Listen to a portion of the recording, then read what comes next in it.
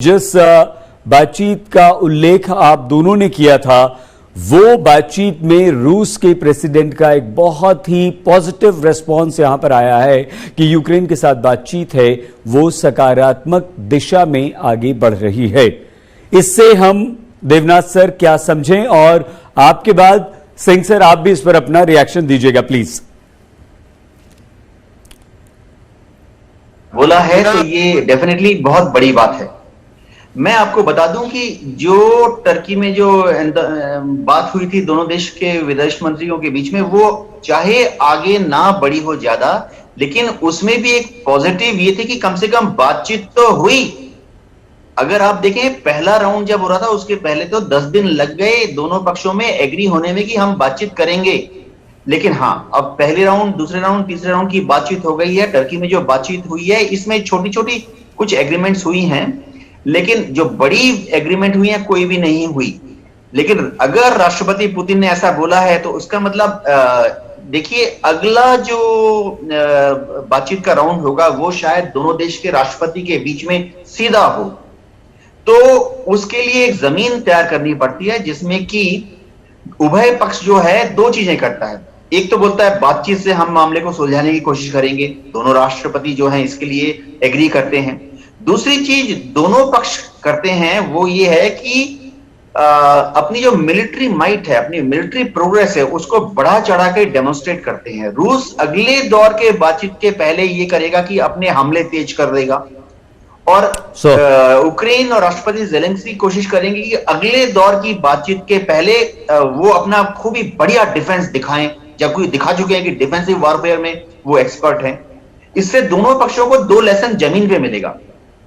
रूस जब जबरदस्त हमला करेगा तो यूक्रेन के जो कूटनीतिज्ञ हैं वो सोचेंगे यार चलो थोड़ा नरम पड़ जाते हैं, और यूक्रेन जब बहुत जबरदस्त डिफेंड करेगा अपने को, यानी रशियन सेना जो घुस रही है उनके टैंक उड़ाता रहेगा, तो रशियन कमांडर जो है, मिलिट्री लीडर्स हैं, वो भी थोड़ा नरम पड़ जाएंगे और वो भी अपने पॉलिटिकल लीडरशिप को बोलेंगे कि सर आपस में जब टेबल पे बैठो तो अगली बार जरा अच्छे मूड में बैठना।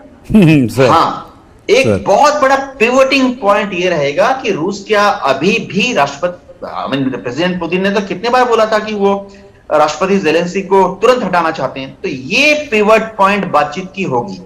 अगर प्रेसिडेंट पुतिन अभी भी इंसिस्ट करेंगे कि राष्ट्रपति ज़ेलेंस्की इस पूरे सीन से हट जाएं, दूसरा है कि नहीं, राष्ट्रपति पुतिन कंप्रोमाइज कर लेते हैं और बोलते हैं कि ठीक है हम बातचीत कर लेंगे और प्रेसिडेंट ज़ेलेंस्की भी बने रह सकते हैं। तो ये जो कंसेशन है ये बहुत बड़ी पिवटिंग पॉइंट है। इसी पे काफी हद तक दारोमदार रहेगा कि अगले दौर की जो बातचीत है वो आगे पॉजिटिव डायरेक्शन में बढ़ेगी या फिर से विफल हो जाएगी।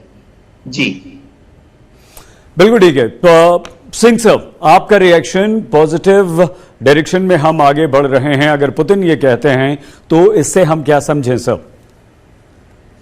देखिए, अगर आप थोड़ा सी आपकी यादाश्त को ताजा करें, 24 से पहले, 24 फरवरी जब इन्होंने अटैक किया उसके पहले अगर आप एक महीना की जो बातें हुई थी उसके अंदर जब पुतिन साहब अपनी पूरी फौजें यहां तैनात कर रहे थे तो वो बार बार यही कह रहे थे कि हमारा कोई इरादा नहीं है, हम यूक्रेन को हमला नहीं करने वाले, हम अपनी एक्सरसाइज कर रहे हैं। और यहाँ पे उसने तीनों चारों दफा लगा रखी थी, और बाइडेन साहब और नाटो वाले कह रहे थे ये हमला कल कर सकता है, परसों कर सकता है, ये उनको कि पूरी सीआईए की रिपोर्ट और उनको मिल रही थी। और फिर आप साफ एविडेंस आपके पास है कि पुतिन ने हमला किया जी। अभी वो जैसे बात करता है वो एक प्रोपेगंडे की बात करता है, क्योंकि रशिया भी बहुत प्रोपेगंडा कर रहा है। क्योंकि हमें एक चीज समझनी चाहिए कि जो मिलिट्री की वॉर होती है इसके हाथ में हाथ एक प्रोपेगंडे की भी लड़ाई होती है, प्रोपेगंडा भी वॉर होती है, चाहे वो वेस्ट हो चाहे वो रशिया हो। तो रशिया अपनी प्रोपेगंडा वॉरफेयर भी चला रहा है। तो अभी ये बातचीत भी कर रहा है दुनिया को दिखाने के लिए कि हाँ मैं जो हैं वो राजी हूं, मैंने बात भी कर रहा हूं, मैं आगे सब पॉजिटिव भी देख रहा हूं, आशावादी हूं, सकारात्मक जो आप कह रहे हैं वो भी बातचीत होगी। मगर आप इसके ऊपर कितना भरोसा कर सकते हैं, ट्रस्ट कर सकते हैं, वो आने वाला समय बताएगा। और साथ में मैं ये आपको बताऊं कि जो ज़ेलेंस्की साहब ने जिस तरह प्रेसिडेंट पुतिन का जो आत्म स्वाभिमान था, उसका एक ईगो थी, उसका एक गर्व था अपने आर्मी के ऊपर, वो उसको जख्मी कर दिया है। वो एक जख्मी शेर की तरह है जो छुपा रहा है अपने दर्द को और ये कह रहा है कि मैं बात करूंगा। मगर मेरा जो जजमेंट कहती है, क्योंकि मैं इन चीजों के ऊपर काफी नजर रखता हूं, वो ये है कि वो आने वाले समय में पीछे नहीं हटेगा। वो केमिकल या दूसरे बायोलॉजिकल यूज करके, वेपन यूज करके इसको हराएगा, इसको तोड़ने की, क्योंकि वो तो ये भी राजी नहीं होगा कि ये बैठा रहे। क्योंकि अभी तो पहले उसने एक और बुरा खेल खेला, दाव पेच डाला था कि इनका कॉन्स्टिट्यूशन चेंज कर देंगे। पहले कह रहा था कि हम इसको हटा देंगे, फिर वो उसे कॉन्स्टिट्यूशन की बात आई, तो वो इसको दोनों एक दूसरे के मतलब कि वो नजदीक नहीं आएंगे। अभी वो बहुत दूर उनकी हो चुकी है और ज़ेलेंस्की साहब जो हैं वो अपने पीछे नहीं हटेंगे, दूसरी साइड पे वो नहीं पीछे हटेंगे। ये तो एक बात आप मान के चले। और दूसरी बात ये कि रूस जो है अपने आप को बहुत ताकतवर देश, उसने देखिए एयरफोर्स की जितनी ताकत कन्वेंशनल थी उसके पास सर, जो डाल सकता था वो उसने झोंक दी है। वो बात नहीं बनी जो बननी चाहिए थी। 16 दिन हो गया, इतनी लंबी वार जो खिंचती नहीं है जितनी उसने बमबारी की है। और साथ में अगर हम ये कहें कि नहीं उसने अभी पूरा नहीं किया, आगे तो इसके सिर्फ न्यूक्लियर ही है ना, जब बायोलॉजिकल न्यूक्लियर वॉरफेयर है, इसके पीछे की बात तो वो पूरी कर चुके हैं। उनके पास और क्या रहा, कन्वेंशनल तो और है नहीं। बम बड़े बड़े डाल दिए उन्होंने, अपने जो एयरक्राफ्ट थे उसके डेडली वो डाल दिए, मिसाइलें मार दी उनके। अगर कोलेटरल इतना डैमेज कर रहे हैं, अगर उनके इतने एमुनेशन मिसाइल करेक्टली जिसे कहते हैं गाइडेड मिसाइल एक्यूरेट हैं, तो वो बच्चों के मैटरनिटी हॉस्पिटल, स्कूलों के ऊपर, रेसिडेंशियल बिल्डिंग के ऊपर जो हम देख रहे हैं वो क्यों कर रहे हैं? वो तो पूरा झोंक चुका है। वो तो अभी एक किस्म से एक जैसे लिपापोछी करके कहीं ना कहीं इसको हराना चाहता है ज़ेलेंस्की को, और ये समझ रहा है कि ये जो दाव पेच खेल रहा है, जो ये कर रहा है, बातें कर रहा है मीठी मुंह की, ये इसके साथ चलेंगे नहीं। ये क्योंकि एक ही इनका डीएनए है।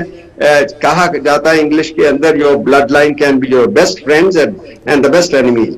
दे आर नॉट बेस्ट एनिमीज। ये समझते हैं एक दूसरे को, इनकी बनावट, इनका जहन, इनका जमीर, इनका जो माइंडसेट जिसे अंग्रेजी में कहते हैं वो एक है। ये एक दूसरे को पहचानते हैं।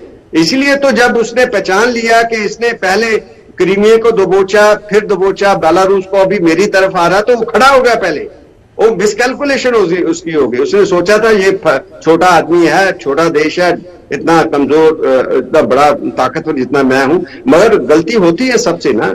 ये बड़ा पहलवान, कांगड़ी पहलवान के साथ उसने कर तो लिया, जैसे गोल अपना अखाड़े में तो आ गया, कुश्ती में तो आ गया, मगर अभी जो छोटा पहलवान, कांगड़ी पहलवान है, वो मार खा रहा है, मगर बीच में दबादब चपेड़े भी लगा रहा है ना। 15-16 दिन हो गए सर। तो ये जो है, ये ऐसे हम समझे इसको, मैं लाइटली नहीं, मैं इसको एक इजी टू अंडरस्टैंड भाषा में बोल रहा हूं, मगर ये बात खिंचेगी और ये खत्म नहीं होगी। ये ड्रॉ होगा मैच, मगर ये कहे कि जीत हार हो जाएगी, इसके अंदर मुझे थोड़ा दूर लग रहा है। अगर हुआ तो दूर है।